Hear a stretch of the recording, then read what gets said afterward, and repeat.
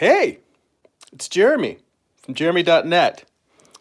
All right, I see the chat's already alive with the sound of music, or at least it's live with the sound of Ion Rocks. Thanks for showing up, man. Okay, so for those that are new to the channel, I'm Jeremy. I write and draw comics. I share my creative process online. If you would like to support this YouTube channel, you can go to patreon.com/Jeremy. It's spelled Gerimi. At the $2 level, you can support. At the $5 level, you get a bonus video every month. And you can also subscribe at any level you want. Just click custom pledge and you can put in any amount you want and support the channel for, $2 a month, $5 a month, whatever you'd like to contribute to help me continue to produce my work. If you would like to read some of my comics online, you can read them at comics.jeremy.net. And if you would like to purchase some of my comics and some of my art books, you can go to amazon.jeremy.net. And I am going to bring the camera down a little bit because for some reason it looks a little bit fuzzy. And I think being closer to the drawing table might make it clearer. Apologies for the shaky camera movements. There we go. And I've been meaning to experiment with having the camera placed a little bit closer to the table anyway. Or at least, you guys have seen me do that in the past, where I'll start with it at one height and then zoom in a little bit, let you guys see a little closer.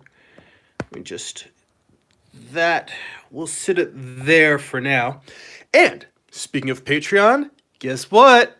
Got a few new subscribers. I want to give them some love, tell them I appreciate their support, and acknowledge them.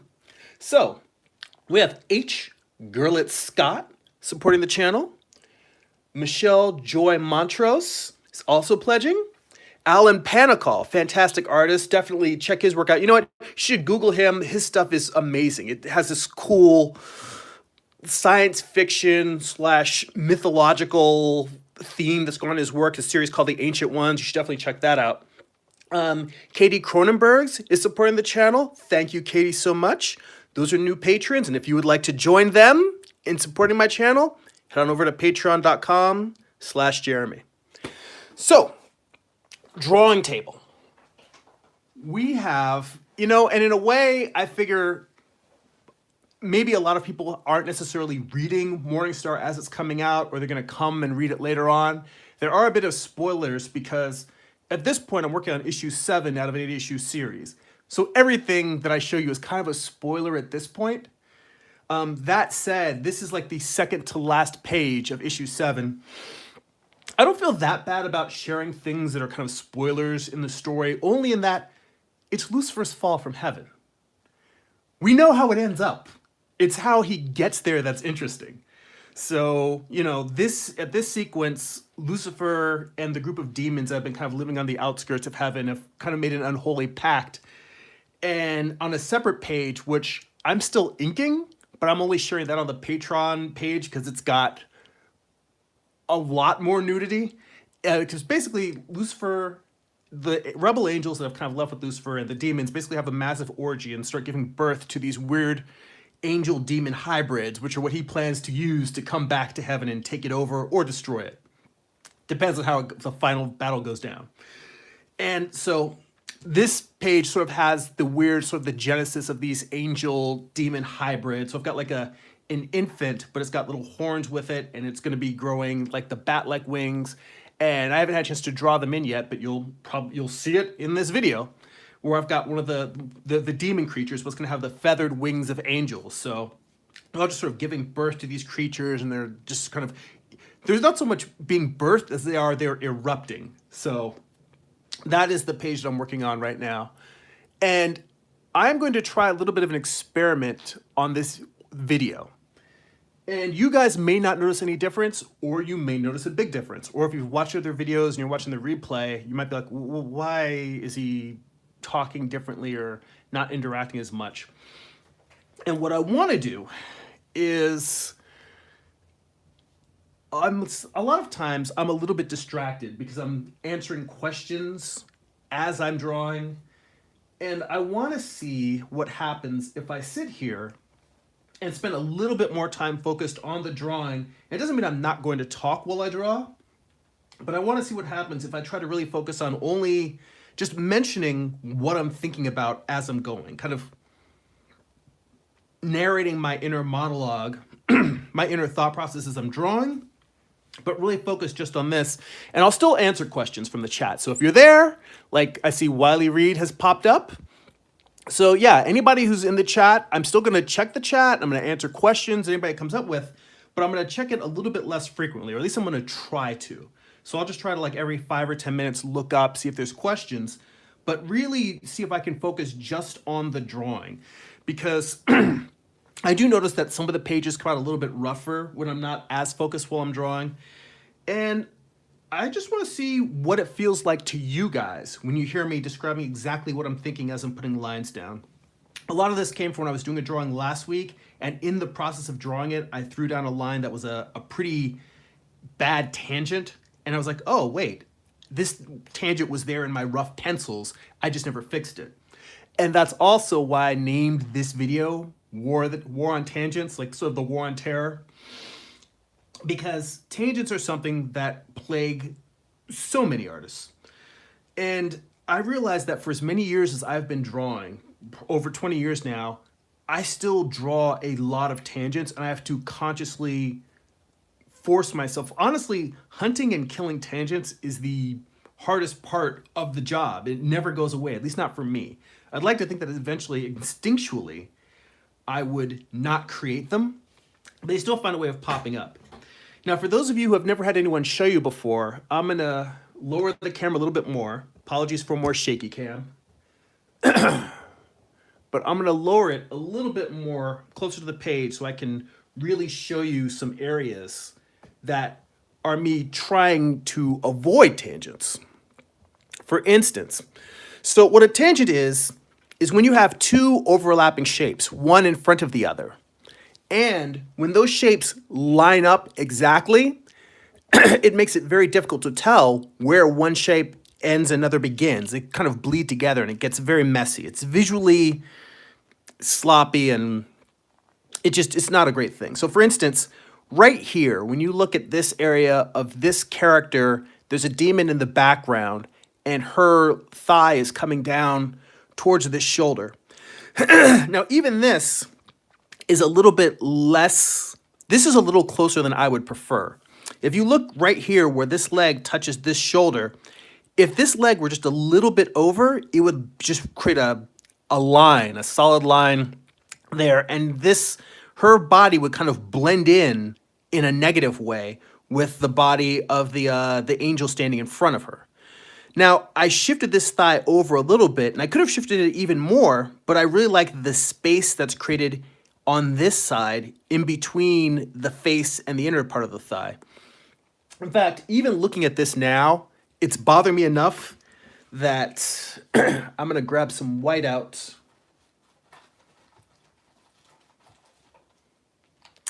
My old Presto correction pen. And hang on, there we go. I'm gonna come in here and I'm going to, let me get this started a little bit. I'm just gonna shave off just a bit, just a smidge. Just enough to make it less of a tangent. That's not a super clean line, but it's a figure in the background. It's okay. But when I talk about the War on Tangents, I have been drawing a lot more crowd scenes, scenes with multiple figures overlapping and grouped around each other. And the more characters there are, the more figures there are in a particular page, the more possibility for tangents there are, because you've got a lot of overlapping shapes. Drawing these more complicated compositions is a good challenge for me personally. It means that I'm confronting this war on tangents that I'm talking about a lot more. And I am a strong believer in, well, I go back and forth. I try not to beat myself up about the things that I do wrong, but I still try to engage them constantly. so I can work on improving.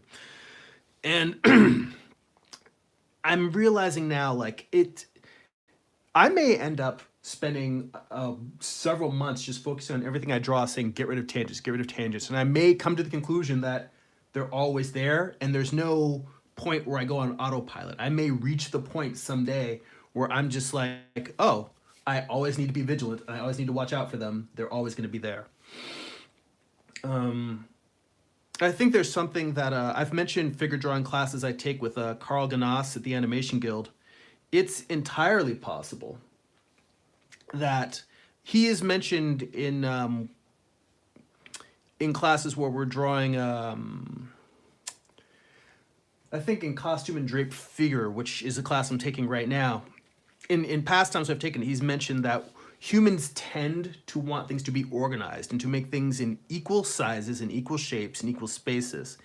And it might be possible that this desire to create tangents subconsciously comes from, even though it's not aesthetically attractive, we want things to be ordered, even if they're ugly. So if you've ever gotten bad feedback from somebody, an art director or something, and they've asked you to do something, they're like, this looks too chaotic or it's too messy. They may not see the beauty in making things a little bit looser and elegant. It might be that I'm just battling this inherent instinct that we all as artists have to, not as artists, as humans, we have the instinct to make things orderly and to make everything the same size, which makes things visually boring. So there's our human brain, which wants things to be ordered and same size, same shape, same size, same shape, repetition. Repetition is very soothing to humans, whereas variety is soothing to artists. And that may be where the battle, the war on tangents begins, is that conflict between what our artist brain wants and what the human brain in general finds soothing. But you know what? Good art, a lot of times it's not soothing. A lot of times it's challenging. A lot of times you have to do something that makes you a little uncomfortable in order to make something that's interesting. So yeah, it's an interesting battle trying to work on fixing these tangents. And something else that I'm working on. So I feel like maybe I've gone a little bit overboard with adding hatching and detail into the shadows. I mean, it's something that I've been hoping would create a greater sense of volume and direction in my pieces. But I realize I look at some of these, like for instance, the demon over here with the rounded belly that's pregnant. That just, it doesn't feel like I've executed it quite the way I want. And I'm very tempted to go in here and paint most of that out and then just paint white on top of it at a much lesser degree. Now, what I'm drawing right here is almost like a battleground for tangents, because a tangent would be, I'm having a bit of a highlight in this guy, and I'm wondering, you know what? Maybe the problem is just to place that highlight too low in the belly. Because I was kind of trying to, this highlight was going to represent the shifting from the side plane of this creature to the upper plane.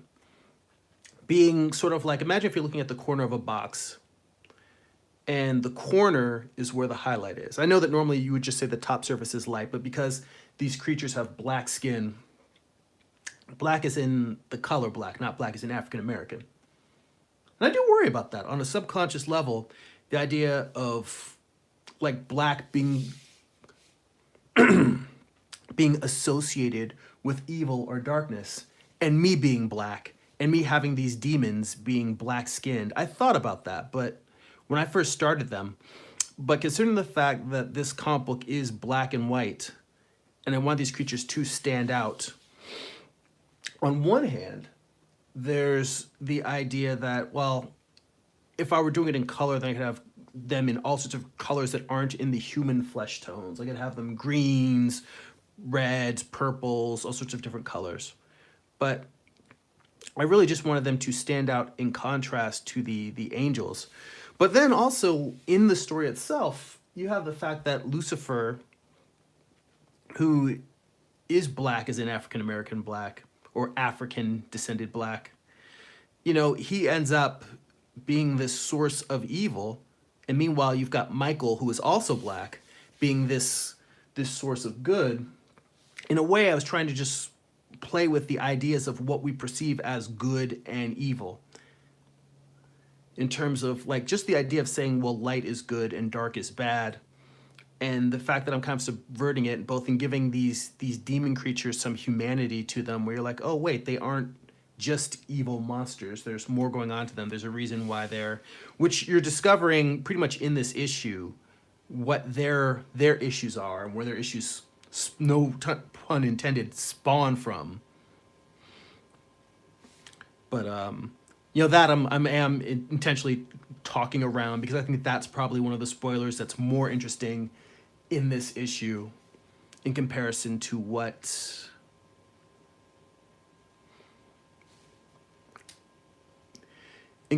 just what we know about the story, like knowing that it's going towards Lucifer's fall. You know, there's certain details in there of how he gets there that I do reveal in this issue that are my personal take on the mythology. It's not like I'm trying to teach anyone theology here. I am certainly not qualified for that. This is a story that treats biblical concepts as a mythology, not necessarily as scripture. It's definitely not scripturally accurate. But I try to make it a point where it's not something that's trying to make Lucifer a hero or that's going to be heretical. It's just a interesting take on the nature of good and evil. And I think I may have said this in videos past long ago, but my whole thing was really in thinking about the concept of Lucifer as this source of evil, but that at one point he was the brightest of all angels. And how does one go from being the brightest of the bright to the darkest of the dark?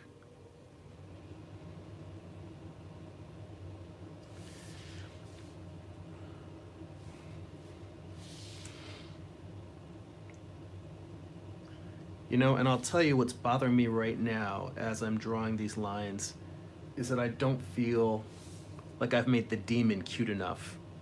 Because I think that much like you have creatures that are Cthulhu-like, you could have something like I know there's a children's book. I listened to, what's his name, Tyler James Comics Launch podcast, and they had a Kickstarter for a thing called Cthulhu is Hard to Spell. It was a Cthulhu-themed children's book, and they have like a bunch of other like branches and spin-offs of that brand that they're building. But the idea that you can make a supernatural monster-type creature look cute and charming, and I kind of wanted this demon to be like a cute demon baby, like almost you'd be like, "Aw, it's a little monster." And I don't think I got him cute enough. And that's probably because I don't spend much time drawing babies. Which goes back to the old comic book thing and why it's such a not pain in the ass, but why it is so challenging to be a comic book creator is that unless you are very restricted in the types of stories you're telling, you kind of have to know how to draw everything. And I have not spent enough years on this planet drawing everything that I feel like I've developed that yet. It is something that I aspire towards. It's something I continue to work towards. But you kind of have to be able to draw dogs, cats, cars, buildings, babies, old people, young people, people of every ethnicity. All things that I want to continue to develop and work towards. All that from having a demon baby that's not quite cute enough. All right, I am gonna pop up and look and see if there are any questions in the chat, because I've had my heads down for almost 20 minutes now, and I have been saying hi to all the folks that are showing up in the chat. So let's see what we've got here. All right, so we had Wiley Reed in there, and Ion Rocks. Travis Fredericks in the house. Thank you, Travis. Rai Jin is there. How you doing? Thanks for showing up, hanging out. Yeah, if you guys want, break out your drawing pads. Draw with me while I'm working. We can all sit here and make a sort of an art jam. Everybody's working on their projects. I will tell you that something else I've been thinking about, because I do a lot of thinking while I'm drawing. Sometimes to the detriment of the drawing. Sometimes I get caught up on things I'm thinking about, and I get distracted from paying attention to the page. But right now, I draw usually about 1 hour per day. I take my lunch break at work, spend that entire time drawing, and then I usually will eat while I'm working. Now, I could double my output simply by getting an extra hour in at home. And that sounds like that should be easy, except I have been trying to work out more, either doing yoga or going for a bike ride, but in some way getting some physical exercise on a regular basis. And I think I'm sorry if I keep harping on this, because I know that I've mentioned this at least, if not in the most recent video, but several times in the past few months. But that need for exercise, part of that is having a healthy work-life balance in general and maintaining your health. Part of it is also I don't get as much sleep as I should, and I find that if I don't work out, I don't physically tire out my body enough. And then that makes the having difficulty to sleep even worse. So the getting the exercise is a large part of it is just you should be healthy. Artists spend many, many hours in front of the Cintiq, in front of the drawing table, in front of the easel. A lot more artists are using standing desks now, which are healthier and better for them.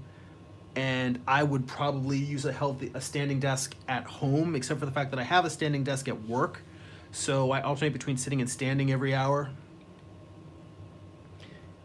All right, see, now the problem is I'm shaping this eye into more of what I want, but I had already drawn in the eye slit, that cat-like eye, and it's a little bit too close to the top now, so it makes him look a little bit more sinister instead of cute. So I think what I'm going to do is when this area around here dries, I am probably going to white out the line that's in the eye right now and draw a new one, because I want his eyes to be a little bit rounder, because rounder is cuter. And it's just real simple. I'm just trying to make it look cute and round. In fact, I realize now as I'm doing this that as I'm touching up this creature's face, it's kind of at crossed purposes, because I tend to draw the demons with very angular eyes, whether they've got little eye slits or not. And the fact that I wanted this to be a cute baby, and yet it's got these weird half cat creature eyes. But you know what? It's a demon baby. Of course it's weird. The whole thing is weird. This whole project, this whole sequence, everything I'm doing is weird. So it is possible that I am just over analyzing. I mean, it's funny because I presume that a lot of you guys, when you're drawing, have these kinds of thoughts about your work.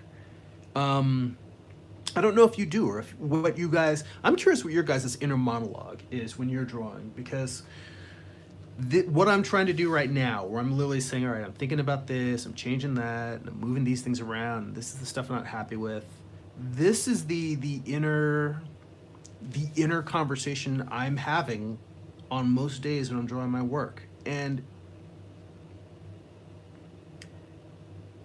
again, with that whole thing of not wanting to beat yourself up, the whole idea of this is that it's a lot more like when you're playing sports and you're watching a highlight reel and you look at things and you're analyzing it, saying, well, what can I do to improve this? How can I make this better?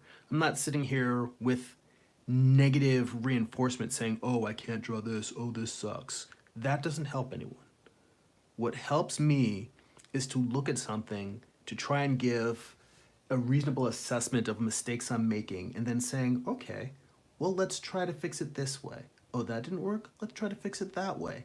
Oh, here's something I hadn't even thought of, or something I found in an art book. Let's try adding that in.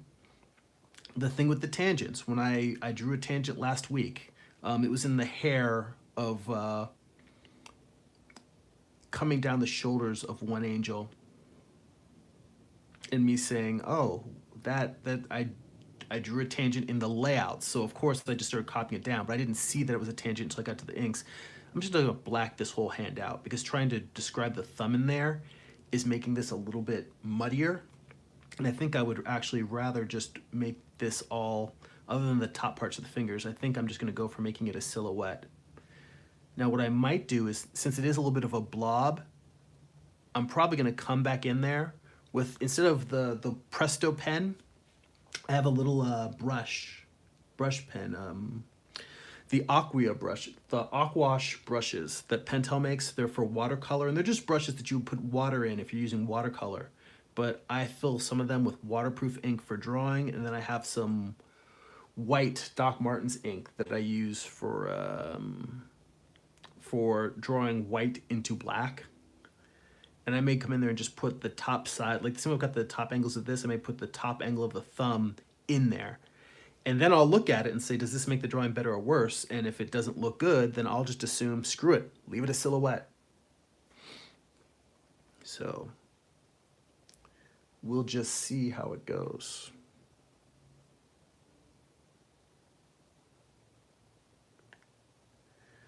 Yeah, I'm definitely drawing a lot slower, I think, than I normally do. Part of that is me trying to be more attentive to the lines and the marks I'm making. And part of that is that most pages are not as complex as this page.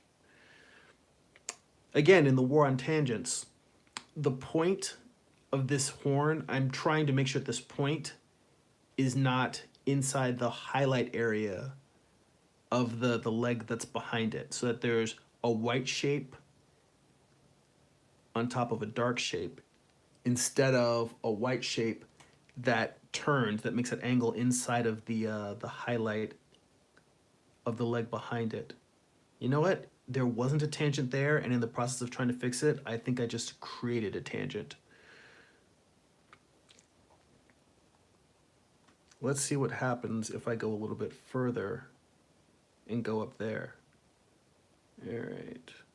Yeah, I just had to push it a little bit further, which really, the level of highlight that's going in here, in theory, I could just go for all of the demons and just paint them as black silhouettes and then just go in with a stripe of whiteout to draw what would be sort of the hidden angle of it turning from the top plane to the side plane.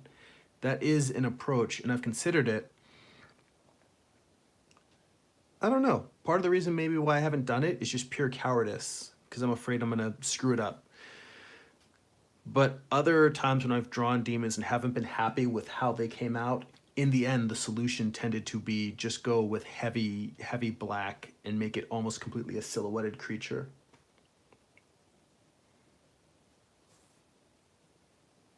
Let's see what's going on in the chat. Okay, here we go. We got a few more folks. Let me rinse my brush for a second and take a look at the chat.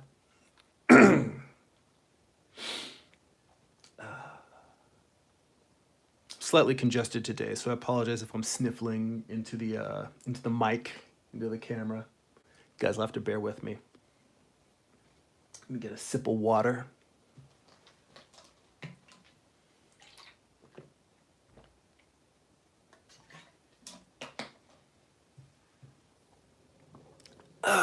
All right.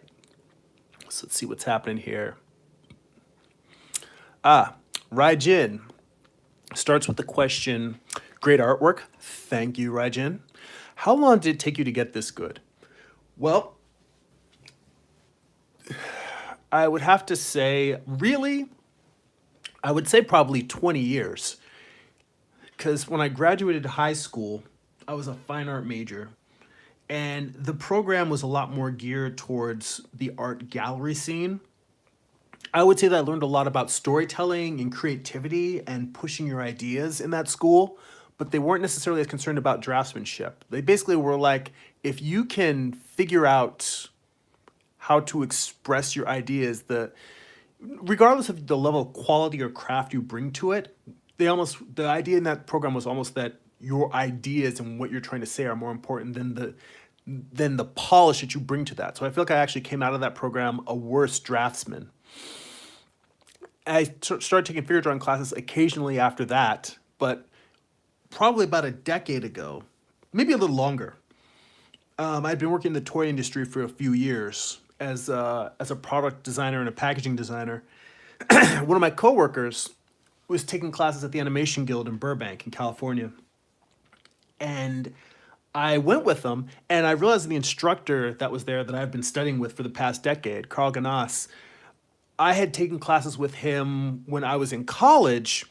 I was an intern at Nickelodeon, and they would have figure drawing workshops on Wednesday nights and after work hours. So I would stay late specifically to go to his workshops, but I hadn't stayed up with figure drawing.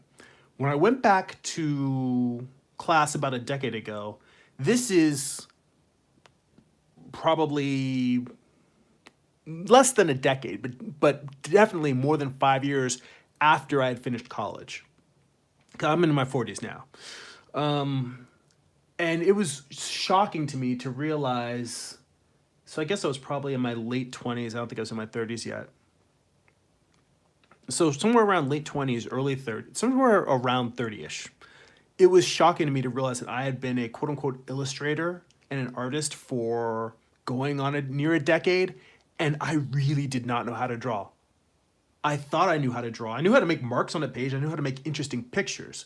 But in terms of actual draftsmanship, anatomy, volume, perspective, I took this class as for a lark with a friend of mine, a coworker, and I was addicted because I realized not only do I actually love, it took me a while to get to the point where I really, really loved just learning anatomy, but what I realized was it's just like, wow, this doesn't just stick with you. I mean, some people maybe they do have a natural talent for anatomy and they can just take a class and then they know it. But for me, it felt like going to the gym. The more you go, the better you get. The less you go, the weaker you get. So after that, I've made it sort of like my lifelong goal to always be taking figure drawing classes once a week for the rest of my life. Like there's no point where I'm going to be so good at it that I'm going to say, oh, I've mastered all this. I don't need to go to class anymore. If I ever got that good, then the next step would probably be looking into teaching. But right now, I mean, as you can see, there's definitely, again, not beating myself up, but there's lots of anatomical flaws in my work. And I'm constantly studying these things and trying to improve and learn from them. But in terms of just getting as good as I am now, I would say that it was those 10 years of consistent figure drawing that made the real difference. All of the work I did before, in college, in high school, in occasionally taking workshops in between them, they help probably more with creativity and ideas. In terms of actually pure draftsmanship, it's been a decade of figure drawing classes consistently that have really helped me. And that's why I harp on finding live figure drawing classes. And that's why sometimes I do a video where I'm just sharing my work from figure drawing class. One of my live streams, I try to do one a month where I'm sharing my figure drawing work. And I also try to do one a month where I take some drawings that did not come out well and do corrections. In fact, I think maybe I'll do one of the correction videos next week because we're sort of in between sessions, so I don't have a bunch of existing drawings to show you. That was a really, really long answer. Let me go through and look at what some of the other comments are. So Wiley Reed says those demons look really great. Thank you, Riley. See Gamer Menace hopping up in the chat. Thanks for stopping by. Thanks for commenting. Amaris is here, and Amaris asks, I'm trying to put together a portfolio. I'm not sure where I need to start. Well, I will tell you what I know about portfolios. And I will also tell you that one of the YouTube channels that I am a big fan of, and I have gone to their workshops, is One Fantastic Week. They're geared more towards concept design and game and fantasy artists than they are comic book artists, but they have a wide variety within that. They've had sculptors on, they have digital artists, traditional artists. They've had comic creators on there, but they're more about the business of being an artist. Whether you are trying to work for a game company, or whether you're trying to produce your own work, they are just about how to make not just making a living, but to have a fulfilling career with you being in control of that career, whether it's control of what clients you work for, whether it's just making a living on your own work. Now, that's a long preamble to say that I'm going to give you some answers that are things that I've learned from them. But I urge you to just type in One Fantastic Week into YouTube. And then when you get to their channel, there's a search box on the channel page, and click on portfolio. Type in portfolio in the search box, because they've had some videos where they critique people's portfolios. They have some where they have art directors on there. I think they've had Lauren Panepento on there and Mark Sheff. They've had a few other art directors on there, and people are constantly asking. They give advice directly from art directors of what they want to see in their portfolios, or what they want to see in a portfolio that they're reviewing. First off, don't try to put everything under the sun in your portfolio. You might think that you want to be able to get as much work as possible or have as many opportunities. So you want to have character design in there, and you also want to have backgrounds. You also want to have materials. You also want to have figure drawings in there. No. What you want to do is you want to figure out what is the job that you want to apply for, and you want to have as much of that work as possible. So if you want to be a character designer, then what you want to have is the best character designs you possibly have in your portfolio. And just show that. Maybe you might have one other type of subject matter that relates to the character designs, like a character in an environment, but even that, I don't even know if that's absolutely particularly necessary. What you really want to do is show what is the thing, and then what is the iteration to get you to that thing. What do I mean by iteration? Whether you're doing character designs, whether you're doing environments, whether you're doing vehicles, whatever it is that you want a job designing or drawing or illustrating, you want to show the final image. You want to show the thumbnails that you did for that image. You want to show the various concept sketches you did to work that out. You wouldn't want to include reference from other artists, but you might want to show the studies you did from reference, and maybe even put a notation there, how your thumbnails changed after looking at that reference. Just commenting, I looked at some reference and then went from thumbnails to this, and just give a mention that was the step. What you want to do is you want to show your finished process, your finished art, and then maybe 2 or 3 of the creative steps that you took to get there. So whatever it is that you want to draw. In fact, that's a good question, Amaris. What is it, when you say that you're putting together a portfolio, is it a portfolio for animation? Is it a portfolio for video game design?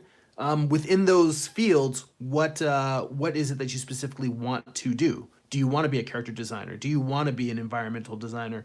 Because those are very different jobs.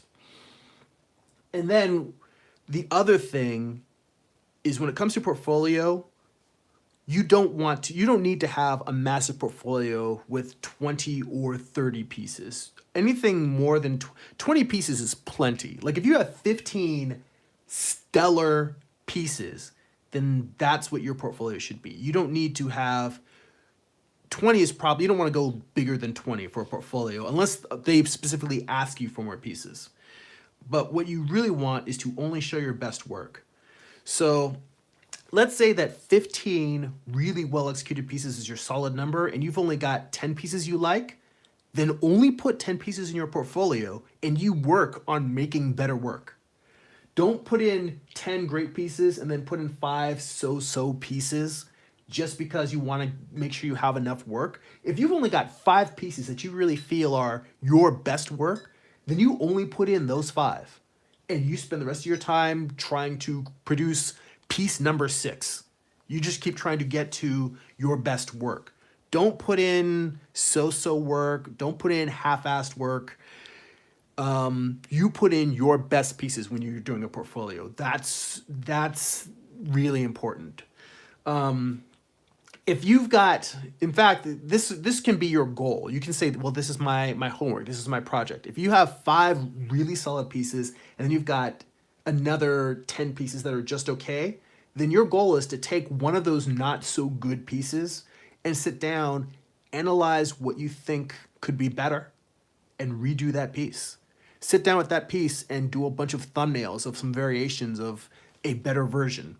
Do some thumbnails with pulling some reference of other artists or from real life that where what that thing would look like. Maybe it's better lighting, maybe it's better proportion. But sit down and figure out how you can make that piece better and then redo that piece. And once you get it up to the quality of the other 5 that are really awesome, you move on and you take the next of the pieces that are just okay and redo those. And eventually you'll get to that point where you have an outstanding portfolio of 10 to 15 really, really great pieces. And that's what you want to show. Now, if you've just got 5 great pieces, then you just have those 5 great pieces. And, you know, it may be that you might show a portfolio and you know full well that 5 pieces aren't necessarily enough. You know that you might not get a job for that. If you are going to, well, let me look and see what type of job you mentioned here. Let's see. Going back there. Let's see.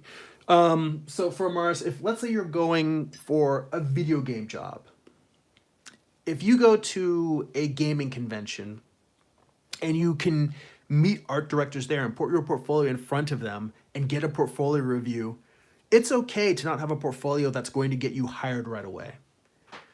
You want to bring your best work, and maybe you've got like those other 10 pieces that you feel aren't quite there. First off, just take the review, take their feedback, because you may show your best work and they'll still have feedback. They'll still say, you need to do this, you need to do that. And you can say, all right, wow, I thought I was ready, but I still have a lot more work to do. Just take that feedback. If they go through just those 5 pieces, you can say, I have a few other pieces that aren't portfolio ready. And you ask them, when you're done looking at these, if you have time, would you be willing to just give me critique on what I need to do to improve some of my other pieces? They may only want to just look at the stuff that you have to show and give you feedback on that and say, you've got plenty to work on here, don't worry about those other pieces. They may look through just the few pieces you say and say, all right, you don't really have enough. I'll take a look at the other ones and give you some feedback of what to work on. And then just take their feedback. Just learn from whatever it is that they say that you need.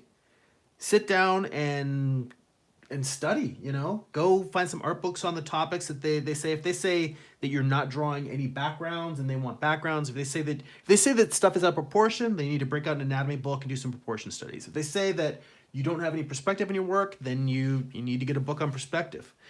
Whatever it is, just sit down and try and work on those things. So that is my advice in terms of portfolios.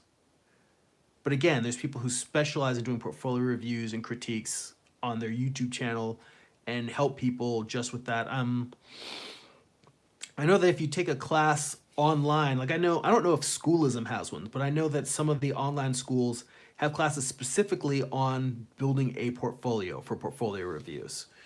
That's something to also consider, classes like that, because, I remember when I was in undergrad, there was a class specifically on building your portfolio. The problem being is that it didn't really help me much because most of my stuff, if anything, would have related to animation. There wasn't really an illustration program in my undergrad school. So let's see here. Back up to the chats. Amara says, thank you so much for the advice. You're very, very welcome. I hope that it's helpful, and good luck with whatever you want to do in the future. Derek is in the chat, and he says, my problem with figure drawing without reference is coming up with a pose for them, especially when it's an action pose. Well, I have thoughts on that. First off, you'd probably, I'm sure that if you're talking about comic books, you've been told not to swipe from other artists, and I agree with that. But swiping from an artist is one thing, doing master studies is another. Master studies are looking, usually when I do a master study, I try to keep them limited to artists that are no longer living. And I will still say, this is the artist I was studying from. And what I will do, for instance, first off, I'll tell you, when it comes to poses, I have not spent a lot of time doing this, but I'm gonna step away from my drawing table for a second because I'm gonna go into my library and grab a book that I think will address the idea of coming up with poses. So you guys hang on, I will be right back. It's like literally 15, 20 seconds.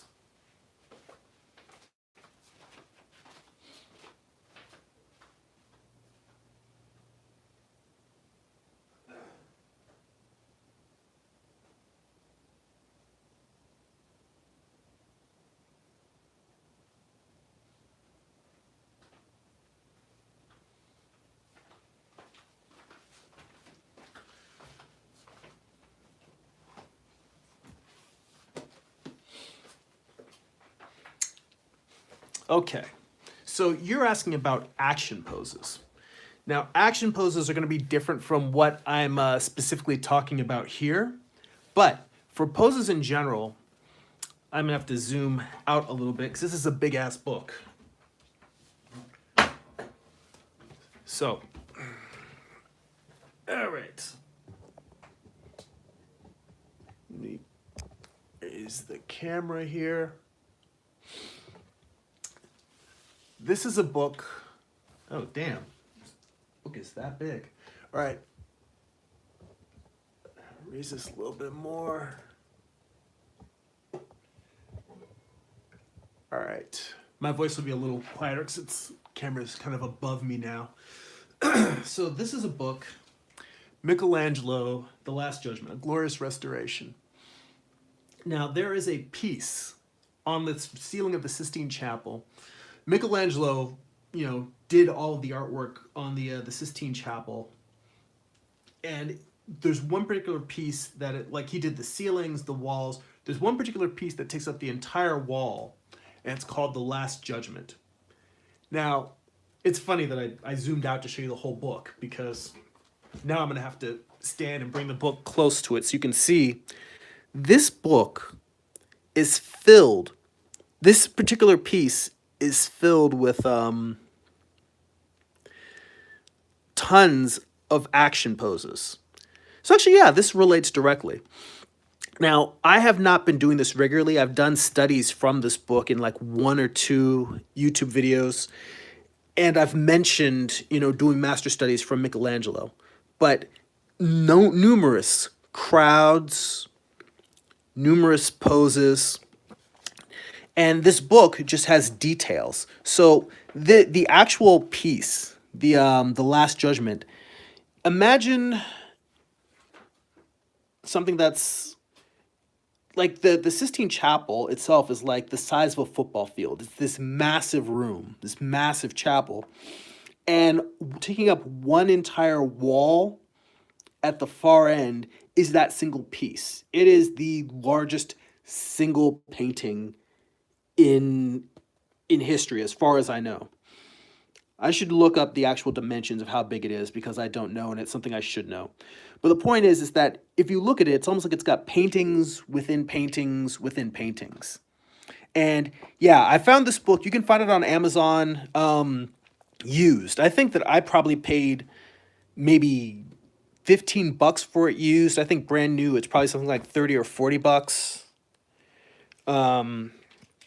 And I got it used in good condition. This is, as far as I'm concerned, it's like new. This is almost like I bought it out of a bookstore. But my point is, and look at that, all these crazy like poses. And you mentioned drawing poses from your imagination, particularly action poses. I don't believe that I believe that it is good to practice making up poses brand new and just trying them out. But what you need is what helps me is a balance of experimenting with making up stuff and then doing studies of a variety of existing poses. So you could sit down, just say for 15-20 minutes a day. You don't even need to go out and buy this book. You can just go online and find, because this is a very old painting, so it's in public domain. Or you could even just buy a poster of it.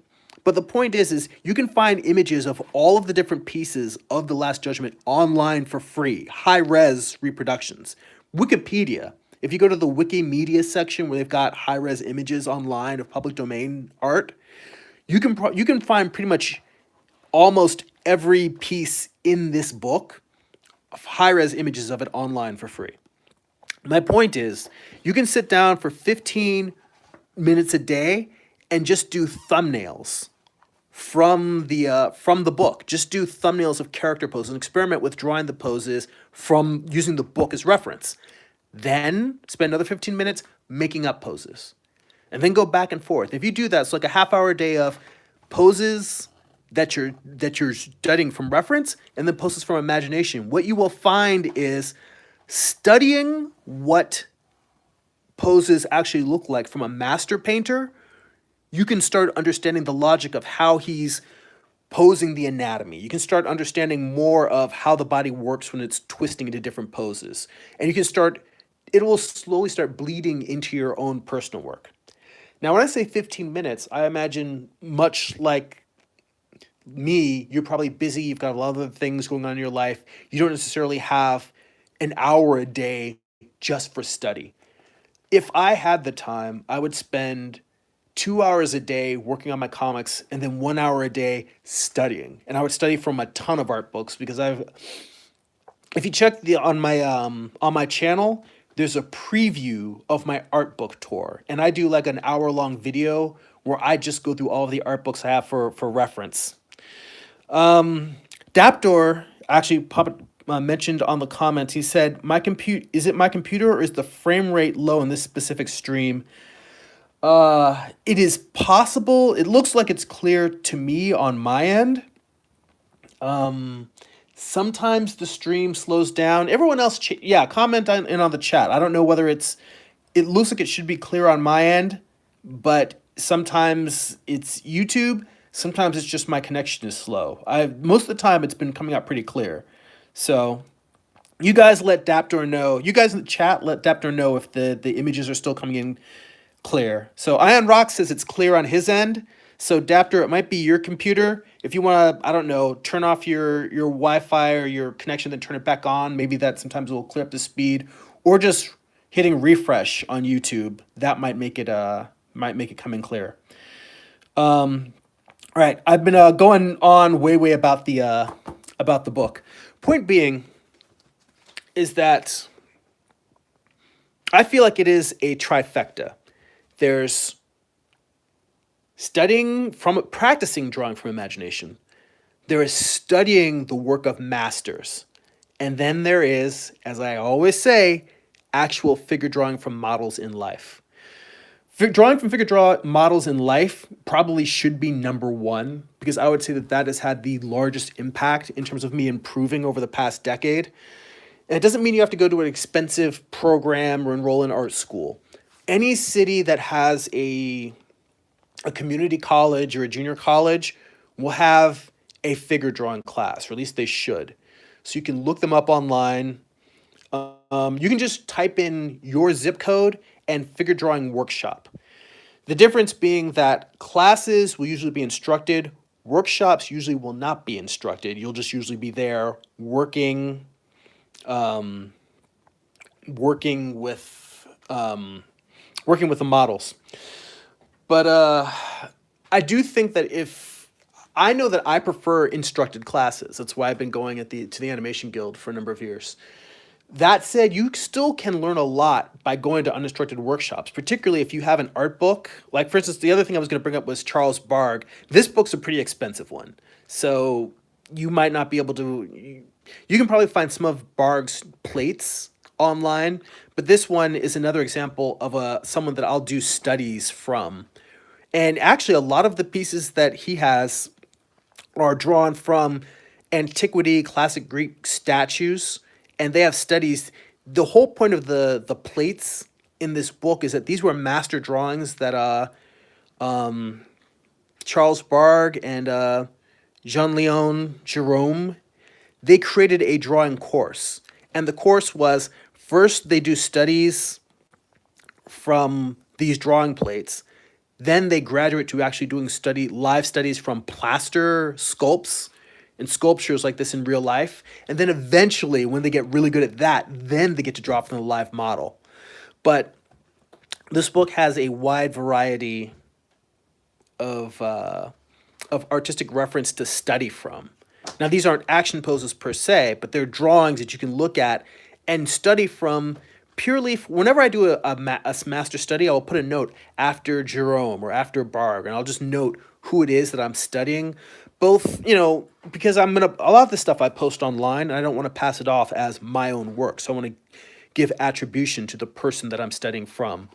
That's the other reason why I try to do it from artists that, artists like Michelangelo who are no longer alive, or let's say I'm doing a study from an artist who is specifically writing books for educational purposes.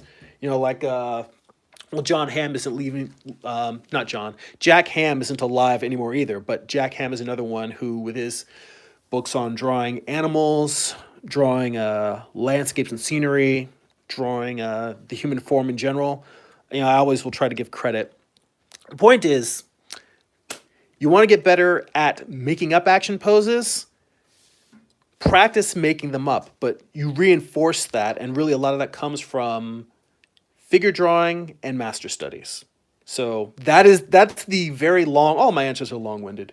That's my very long-winded answer for how to get better at making up action poses. You study from others and you practice. Study from others and then combine that with your practice. And I think that you will see, if you try that after just like a couple weeks or say a month of doing those kinds of studies, you'll see that the imaginary poses you make you'll already start seeing more life in them. You'll start seeing the poses being a little bit more interesting, have a little bit more, better anatomy. Let's see here. All right.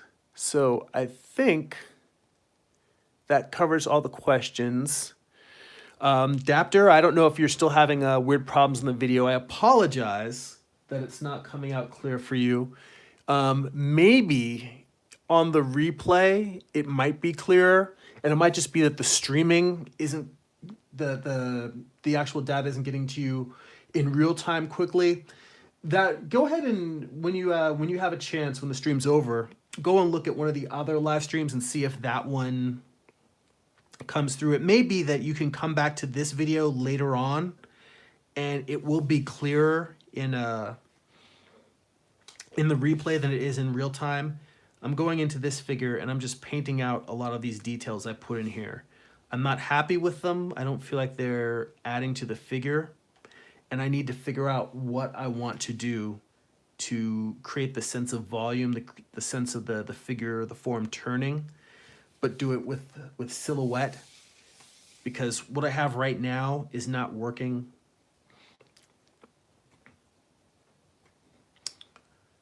There's an old adage among comic artists, which was passed down to me from Carl Altstetter. Take a drink. That's Jeremy Burley drinking game. Every time I mention Carl Altstetter or Carl Ganas, you gotta take a drink. But he said that he had heard from Todd McFarlane, when it comes to inking, when in doubt, black it out. And I gotta tell you, so far it's been pretty decent advice. If something really isn't working and I'm not happy with it, then they just go with the silhouette and let the imagination fill in the work.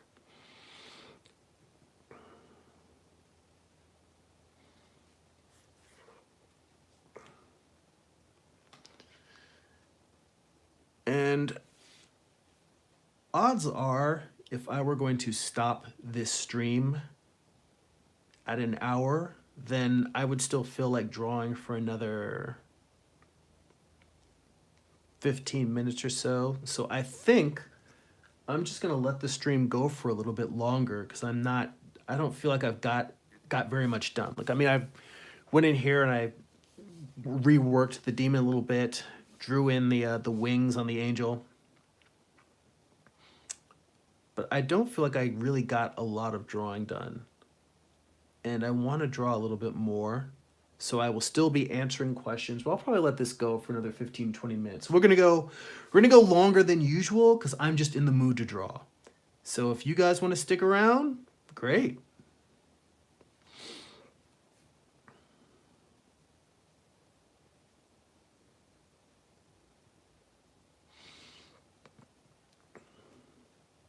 Yeah, right now, what I'm trying to really figure out is the topology, let's say, of the torso of this particular demon. And when I say topology, I think I'm gonna need a piece of scratch paper.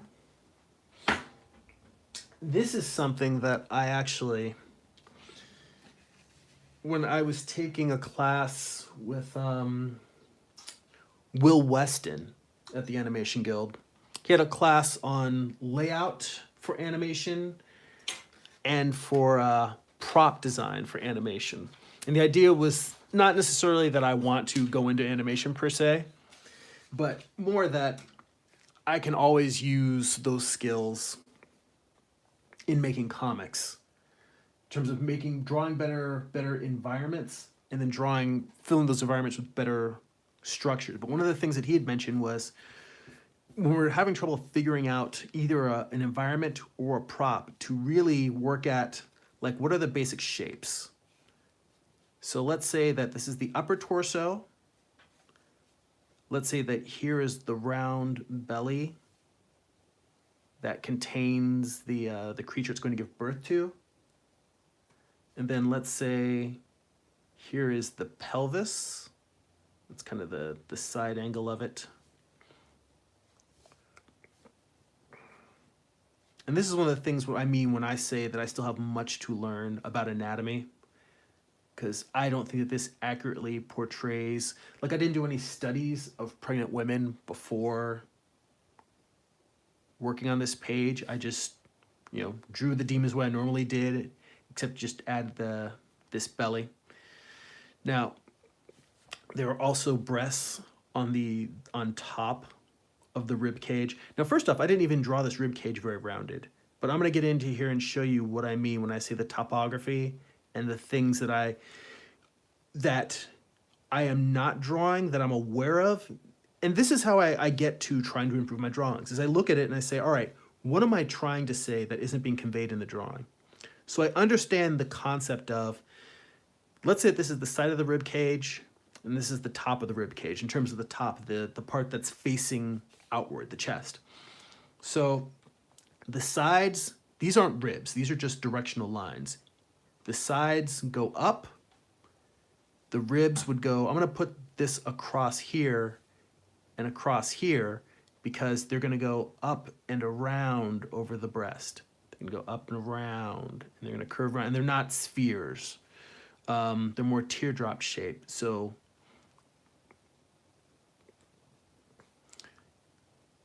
you go up and around, up and around, up and around.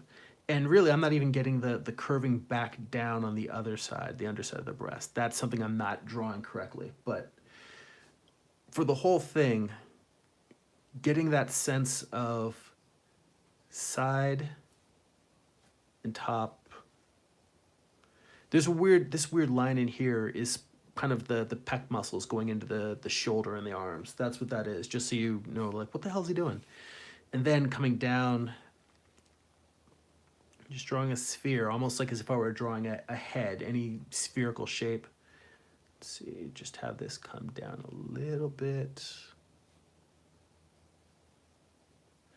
Now, the point of me making this little diagram is that these volumes that I'm describing here, I don't feel like I am accurately describing in the actual drawing. So the challenge for me is, how do I get these forms to feel like this, to feel like they have this dimension on this inked piece? So that's what I'm trying to do when I'm going in here and blacking out a lot of the existing lines I have and then drawing new ones, is just saying, all right, I want to make this thing feel three-dimensional. I want to feel like you have this corner comes down and then it turns and goes, towards the front. And this is called cross contouring, where you're doing the contour line is the line that goes like, if you've got, let's say I've got a cylinder.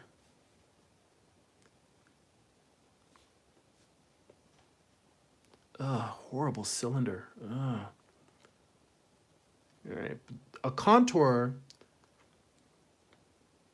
is going along with the shape of that line. It's going along with it.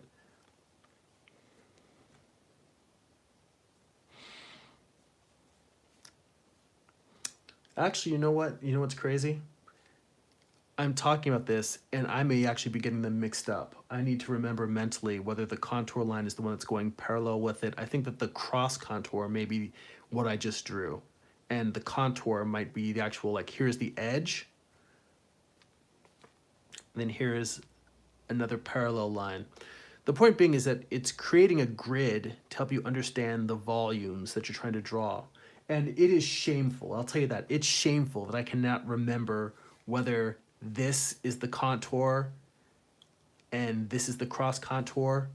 But I do think that this is the curved line. I think that these are the cross contours, and that these edge lines.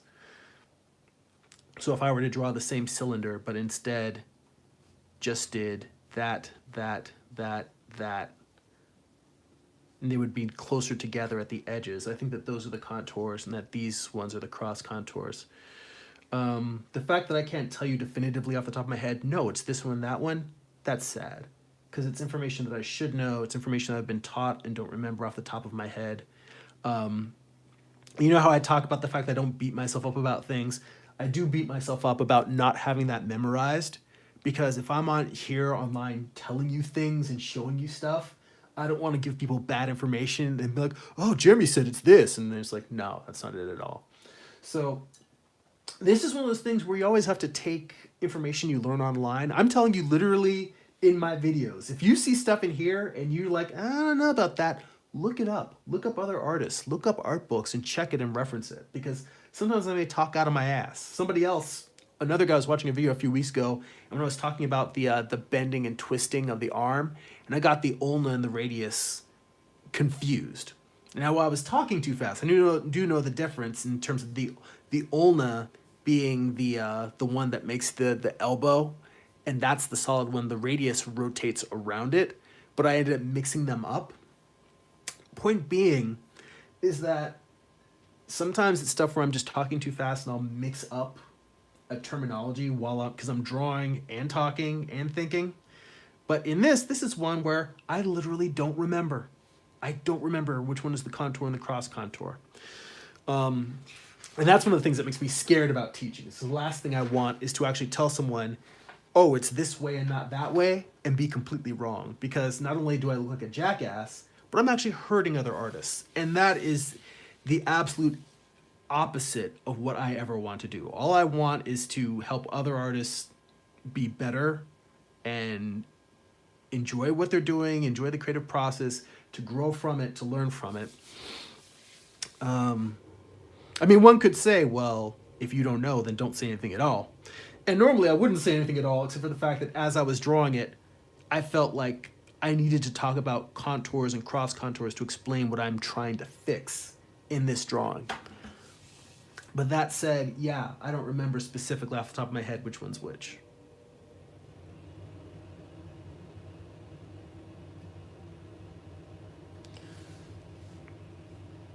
And I might be starting to rely on these little feather marks a little too much.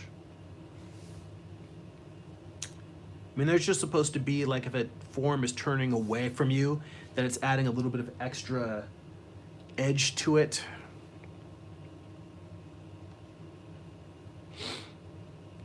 it's softening the edge, like as opposed to it being just a hard object turning from one way to the other.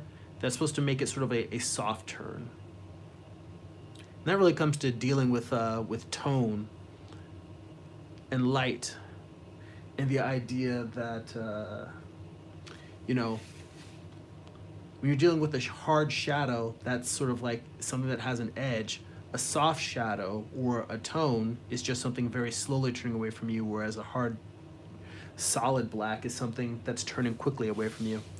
This part, I'm gonna go in here and paint it completely black so I can come in here with white and really soften this. So I'm actually gonna come in here with probably a lot more white and try to make a smooth transition of this form turning. Because right now it looks like it's just a silhouette, like a side profile. Now that I've drawn in that black there.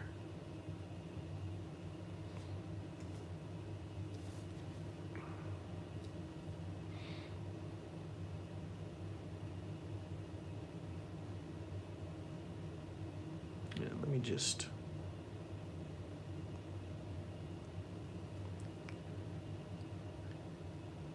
You know what, I'm just gonna straight connect this collarbone and that collarbone. I'll come in there with this, some white. As a matter of fact, this is another one. You know what? This whole thing in here with the collarbone, I'm just gonna paint it all black and come out there with white instead and fix it. Sculpt it a little bit more into the shape that I want. Sometimes you have to just go in there and destroy things a little bit so that you can paint on top of it and fix it. And part of this willing to just go in here and trash some stuff that I drew is me. It's kind of like I see mistakes in there, and even if I don't necessarily know how to fix them, I want to at least give it a shot. I want to go in and say, all right, let me see what happens if I rework the form this way or that.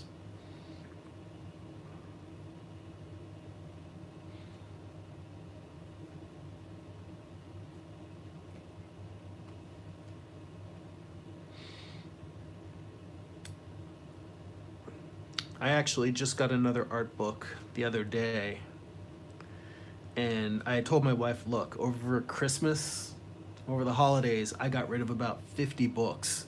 So, because we have way too many books. But I saw a book that I really, really wanted, and I thought, well, look, I've gotten rid of all these other books, so I think I've earned the right to bring one new book into the house. So, if you guys are familiar with the Swedish painter Anders Zorn, I was watching Cesar Santos, his YouTube channel, and he mentioned doing some pieces with the Zorn palette, which is a limited palette that gives really good natural skin tones. And I was just stunned with the results he got, and I thought, oh, I should get a book to do some Zorn color studies. And while looking at that, I saw a book by Dover, who does a lot of inexpensive art books. I'm just gonna paint this whole belly black, and I think I'm gonna come in there, and instead of doing a line down the center, I may just do like a highlight, a spherical highlight on it. Just paint all of this black. Just, yeah. What I was trying to do wasn't working. I need to figure out another way to show that sense of volume and space on there. And you may be looking at it saying, no, it was working, don't paint it out. You know, it's possible I may paint this out and live to regret it. But you gotta be willing to take chances. You can't just do things color by number and just do stuff on automatic pilot. If you see something that you think can be better, take a shot at improving it. And if you screw it up more, well, you know what? It's not the end of the world. I will tell you that I've got pages on my wall that I've redrawn the entire page like 3-4 times because I just wasn't happy with it.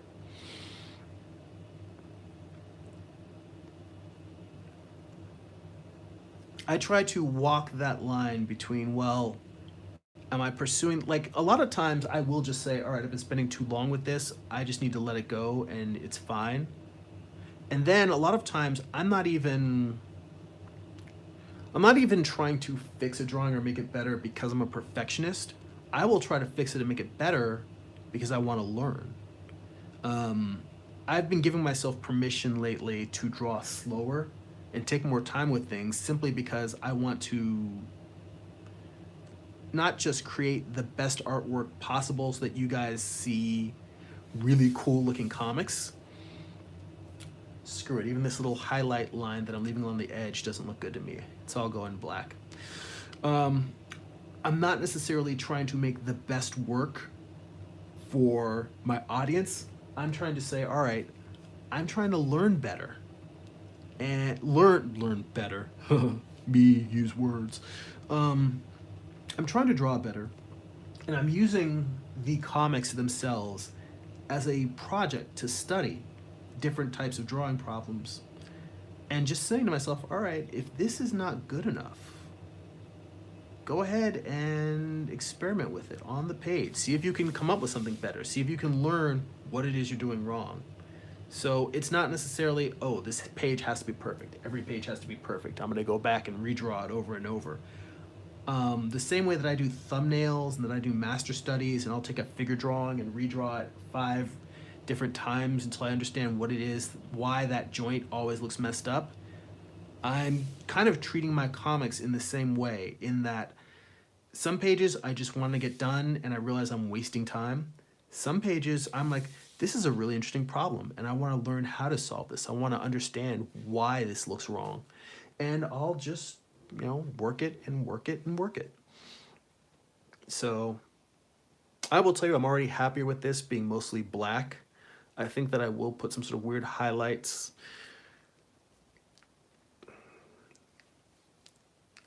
I'll probably work some highlights in there with a white on top of the black.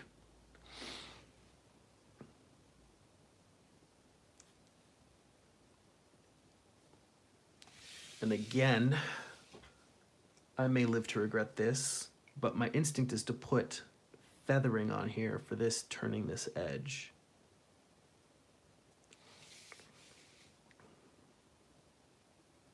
All right. So, yeah, I just painted out a lot of the work that I had on this page, but I feel like it looks better now. At least this particular panel does, to me. Let's see here. A few more questions in the chat, and I think I'm going to answer these questions here, and then we'll probably wrap it up.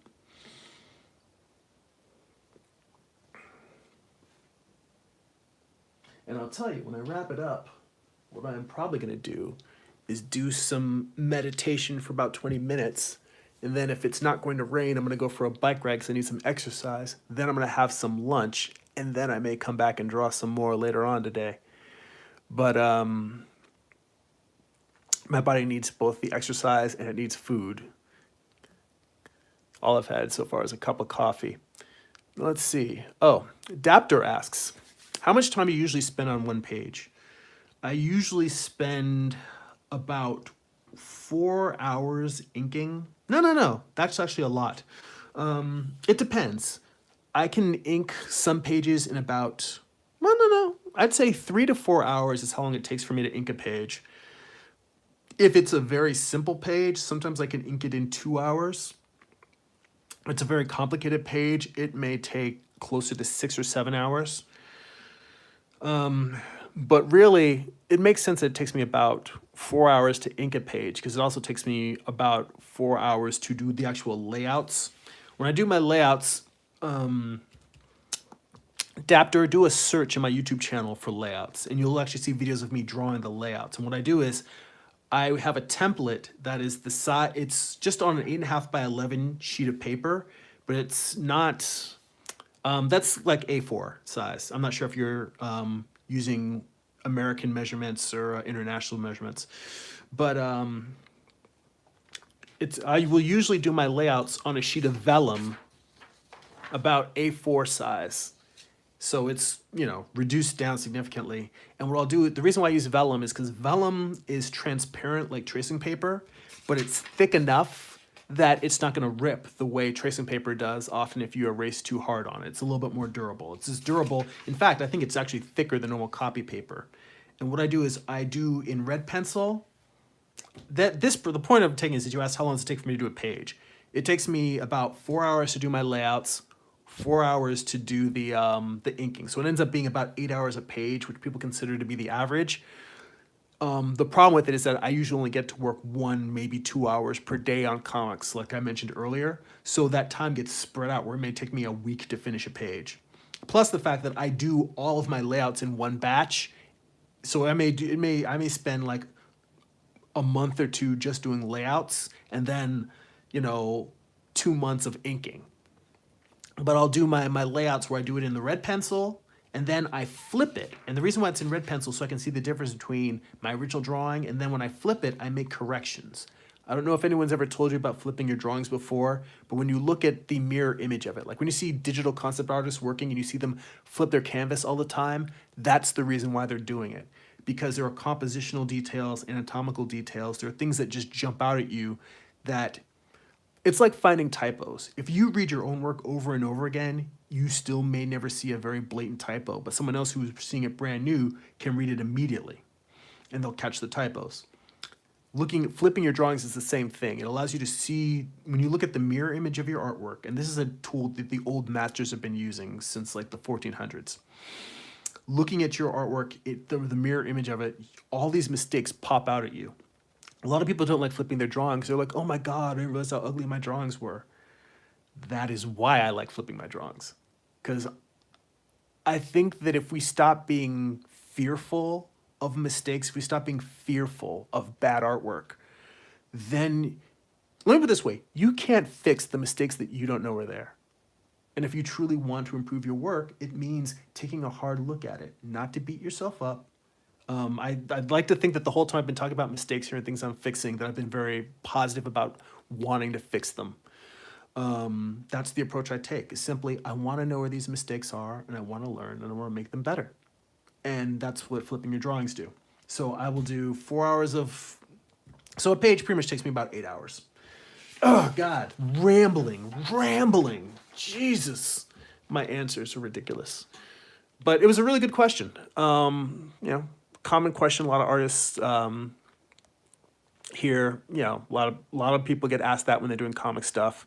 They say the industry average of wanting to do a page a day is simply that if you're doing a 22-page comic, in theory, if you can do a page a day, then that means you can finish a whole issue in a month.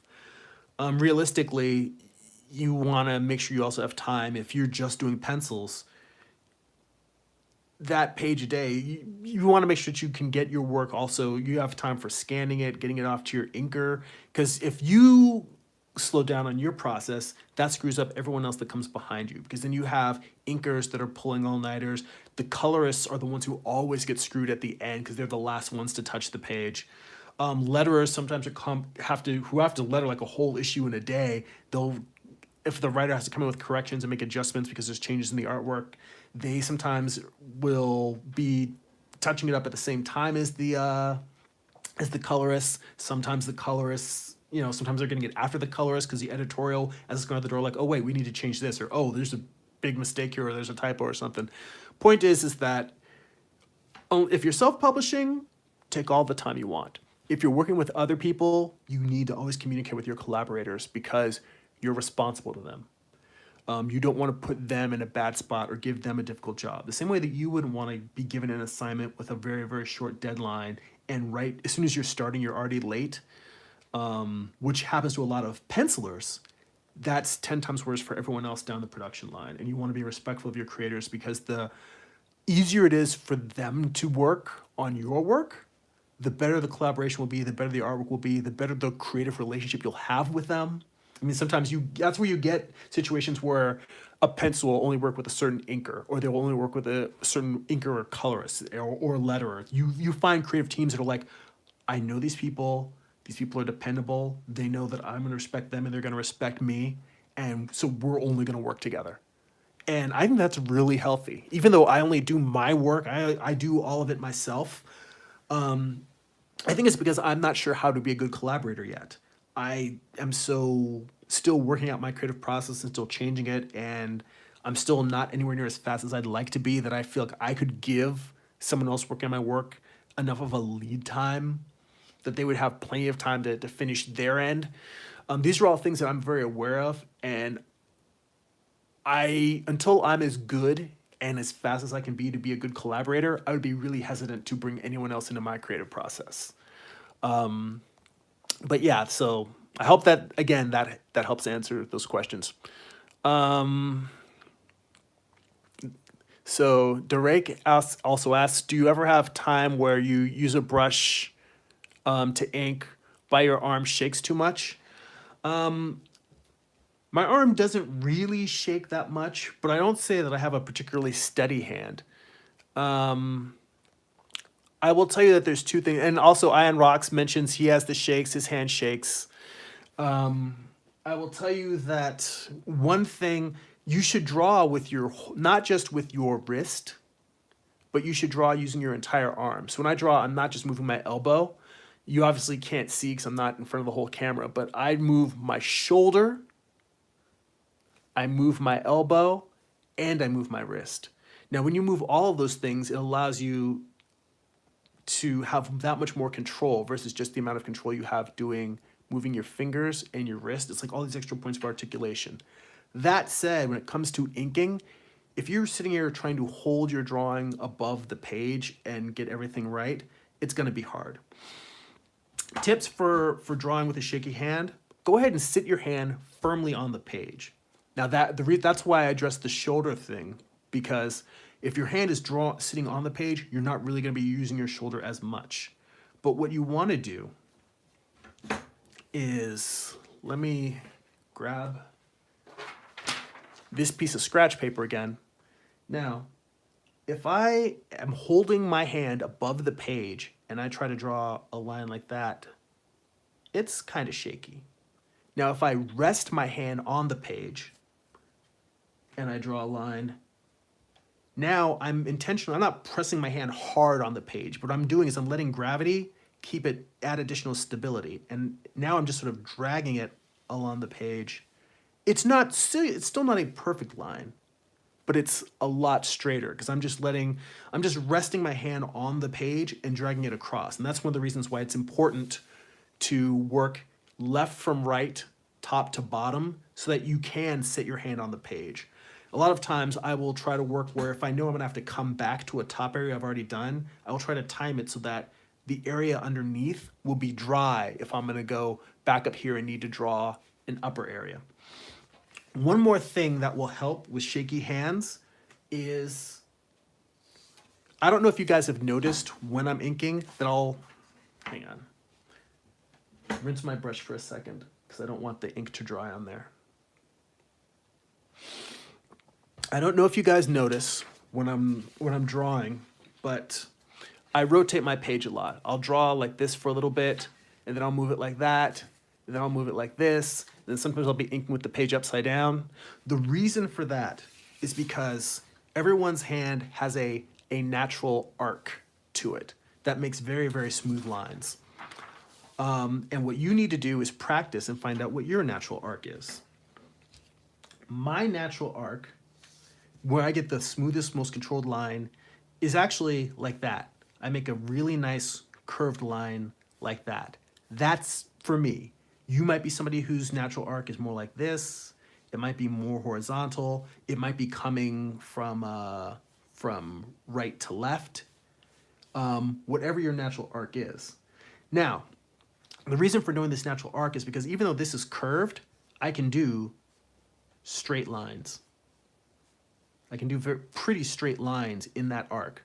Like I can do straight lines in this arc much better than I can do that line that I just dragged across the page. Like I have enough control that I can make my hand stay steady and do that. But when it comes to this natural arc, I can do this all day. Even that, notice these in here got really sloppy. So it's not perfect, and even these aren't perfect, but they're pretty straight for freehand ink lines with a brush. And that's when I mentioned the thing about rotating the page, is instead of trying to sit here and let's say I'm trying to draw a silhouette of a person, and I draw them like that. Now, instead of drawing it like that, that's really tiny. Let me bring this down a little bit so you can see better. So instead of drawing a little tiny freehand guy like that, what I will do instead is this actually usually works when I'm drawing figures that are much bigger. When I'm drawing something like this, I probably would draw it like that. But when I'm drawing a full-size figure that's like half of a comic page, what I'll do is I'll draw this, which is like my natural arc. Then I'll turn the page a little bit and I'll draw, pelvis, upper torso, inside of the armpit, arm coming down. And now I'm just changing it to make it a little more variation. Elbow, other side of the forearm, back up, shoulder.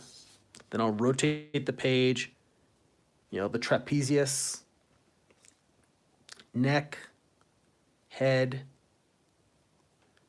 other side of the neck, trapezius down this side. Now I'm rotating the other way. And notice that these aren't exactly my natural arc, but they're close enough that I can get in here and make lines that are much more controlled. And this is why someone else has also mentioned the fact that my drawings tend to be really angular and blocky. This is part of that reason, but I don't naturally draw super rounded, but I can choose to make each body part more rounded if I want. So I can make a little bit more of a curve with the lower leg, put a foot in there, a heel, come up, and I can make this rounded. I'm intentionally now making these softer than the more angular drawings I was doing before, just to show you sort of the difference. And I think that what works best actually is a combination of angular and curved. But my point being is that, again, this is a really wonky silhouette. I drew it on ink with no underdrawing. I didn't really, if I were really trying to draw it in ink, I would sort of sketch out loose points to figure out the proper height and width, the proportion of the upper torso, the lower torso, and I would kind of loosely sketch in the rib cage. That's not the point. My point is, for shaky hands, one is actually resting your hand on the surface. Two is using the natural arc that you draw and just rotating the page so that the lines that are your best, most controlled lines, and you can just use those lines by moving the page around, so you can use it anywhere. I think that's a good tip for everyone. And it doesn't matter whether you're inking or whether you're drawing in pencil or what have you. Like in animation, I don't know how many of you have seen an animation desk, but traditional animators have these desks that have pegs to put the animation paper on, so it'll always stay the proper registration in terms of the proportion of a TV camera or a film camera, whatever you're animating, but they're on discs that rotate. Your drawing table and your light box is on a disc, and you rotate it so animators can use the natural arc that they draw, and they get better drawings by doing that. So rest your hand on the table. Don't press it, because if you're pressing your hand on the table, you're going to develop hand problems. You won't necessarily develop carpal tunnel, but anytime you're putting extra pressure on your hand, it's going to develop into hand problems over time. I was talking to a few other people in the comments on some other videos about hand problems, because a lot of artists get it. So yeah, you want to rest your hand lightly, but resting your hand on the surface, using the natural arc, give it a try today. Sit down and do a bunch of drawings with just your natural arc. And the third thing, again, practice with everything. The more you do it, the more practice you get. One more book I want to show you.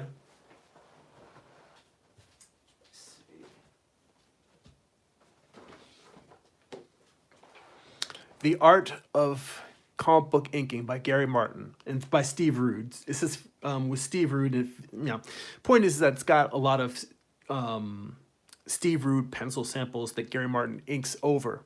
But this book has taught me a tremendous amount, and I still haven't done all of the exercises in the book. But, you know, he teaches you a lot of the basics of comic book inking.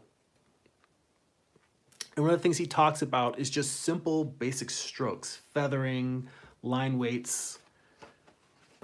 And I'm trying to see if there's a specific page in here, because I know I remember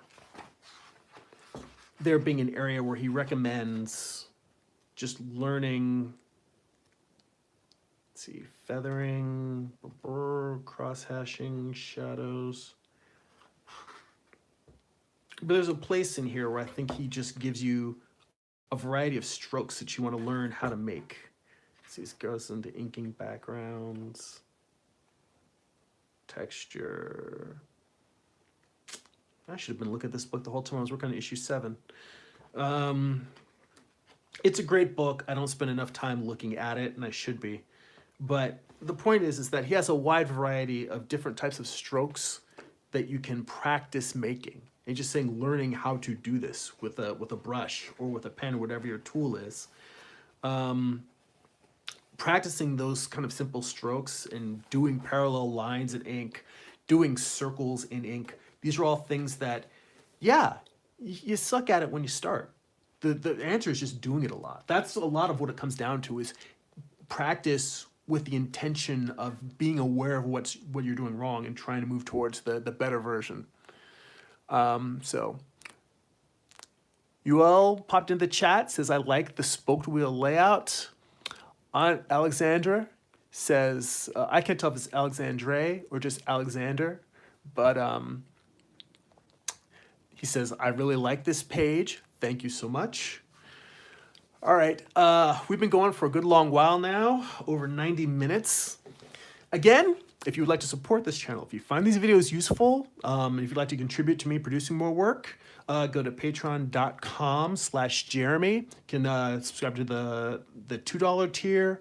At the $5 tier, you get an additional bonus video once a month, as well as other bonus posts and works in progress. If you would like to read some of my comics for free, go to comics.jeremy.net. There's preview pages of almost every issue of Morningstar, a huge preview of my previous graphic novel, Eye of the Gods. If you would like to purchase some of my comics and art books, go to amazon.jeremy.net. Thank you for spending time with me. Thanks for hanging out and enjoying my creative process. That's it for now. Go